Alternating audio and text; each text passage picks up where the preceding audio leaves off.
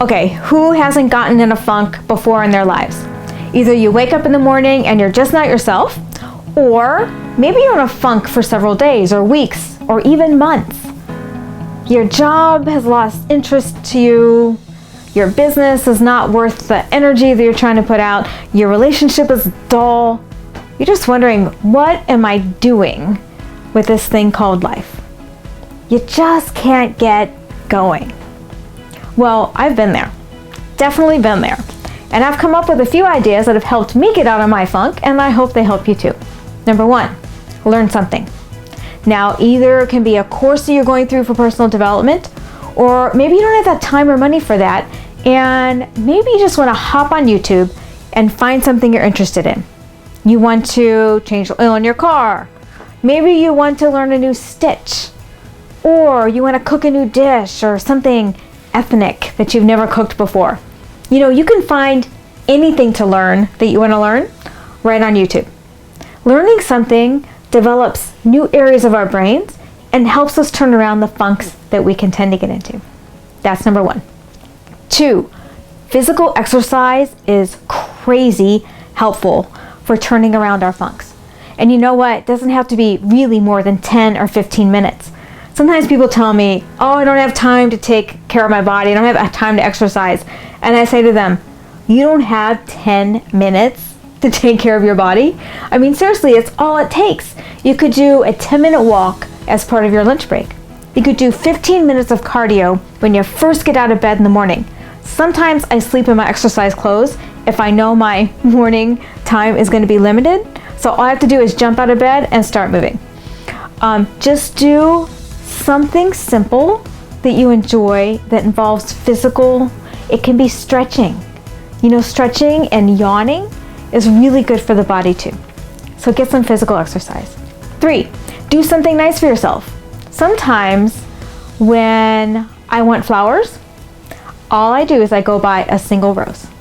Sometimes I buy a whole bouquet, but sometimes I just buy a rose.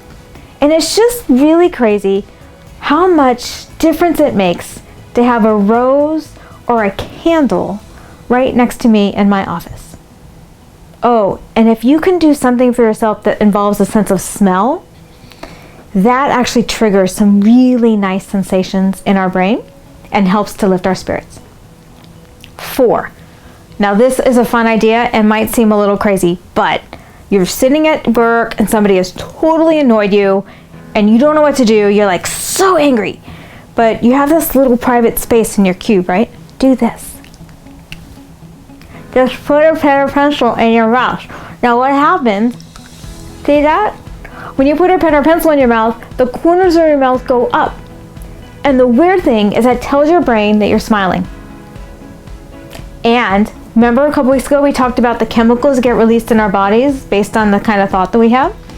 When you tell your brain you're smiling simply by doing this, your brain releases happy chemicals all over your body. That will help turn around your mood in a second, and it'll actually help you get out of a funk, even if it's a long-term funk. Just do this. And you can even walk around the office like that. It'll start conversations. Okay, 5, pet your pet or partner. There's something magnificent about touching that warms our hearts and our brains and renews our interest in life. You know, they say that single people or older people who maybe have less family around them, if they have a pet, they're much more happy and fulfilled, and they do much better and they live longer. If you're in a relationship and the luster has kind of fallen out of it, you know, it doesn't have to be and maybe shouldn't be at that point an explicitly sexual touch. But what if you just walked up behind the person and put your hand gently on his or her shoulder? Or maybe just a kiss on the cheek or the forehead. Oh, so powerful. So powerful. It not only helps to revitalize relationships, but it helps to get us out of our own funks as well. Okay, those are 5 quick tips that I use to get myself out of my own funks. I hope they help you too. If those aren't enough or you'd like a little bit more, I have a PDF of 20 ideas that you can use to get yourself out of a funk.